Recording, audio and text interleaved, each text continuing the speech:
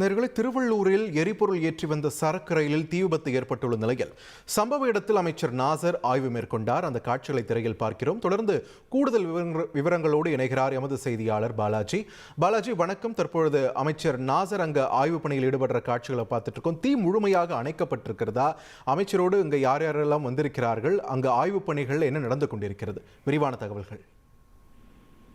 எரிபொருள் ஏற்றி வந்த சரக்கு ரயில் விபத்து ஏற்பட்டதன் காரணத்தினால் தற்போது சரக்கு ரயில் உள்ள 52 கண்டெய்னர் என்று சொல்லக்கூடிய 52 பெட்டிகளில் முழுமையாக எரிபொருள் நிரப்பி வந்த ரயில் தற்போது திருவள்ளூர் ரயில் நிலையம் அருகே தீ விபத்து ஏற்பட்டதன் காரணத்தினால் அந்த தீயணைப்புத்துறை வீரர்கள் தற்போது தீயை அணைக்கும் பணியில் தீவிரப்படுத்தி வருகின்றனர். மேலும் அங்க சுற்றி உள்ள அந்த குடியிருப்பு பகுதியில் உள்ள இருளர் மக்கள் மற்றும் பொதுமக்கள் அங்க இருக்கக்கூடிய பல தரப்பான மக்களை அகற்றும் பணியில ஈடுபட்டு வருகிறார்கள். திருவள்ளூர் மாவட்ட ஆட்சியர், திருவள்ளூர் மாவட்ட கண்காணிப்பாளர், அரசு ரயில்வே துறை அதிகாரிகள் போன்றவற்றை ஆய்வு மேற்கொண்ட நிலையில் தற்போது தமிழக முதலமைச்சர் மு.க. ஸ்டாலின் அவர்களின் அறிவுறுத்தலின் பேரில் தற்போது தமிழக அமைச்சர் நாசர் அவர் இந்த சம்பவத்தில் ஆய்வு மேற்கொண்டதாக தெரிவித்திருக்கிறார். முதலமைச்சரின் அறிவுறுத்தல் பேரில் தான் இங்க ஆய்வு மேற்கொண்டதாகவும் தெரிவித்திருக்கிறார்.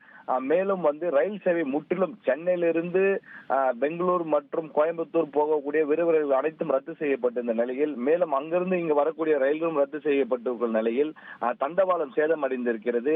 மேலும் உயர் அழுத்த கம்பிகள் சேதமடைந்த காரணத்தினால் முற்றிலும் 26 ரயில்கள் தற்போது ரத்து செய்யப்பட்டிருக்கிறது. மேலும் அந்த யூனிட் ட்ரெயின் என்று சொல்லக்கூடிய விரைவு ரயில்களும் தற்போது இங்க ரத்து செய்யப்பட்டிருக்கிற காரணத்தினால் போக்குவரத்து, அதாவது பேருந்து மூலியமாக போக்குவரத்து தமிழக அரசால் தற்போது ஏற்பாடுகள் செய்யப்பட்டிருந்த நிலையில் ஆய்வு மேற்கொண்ட தமிழக அமைச்சர் நாசர் அவர் தற்போது பாதிக்கப்பட்ட மக்களுக்கு உணவுகளை வழங்கி வருகிறார்.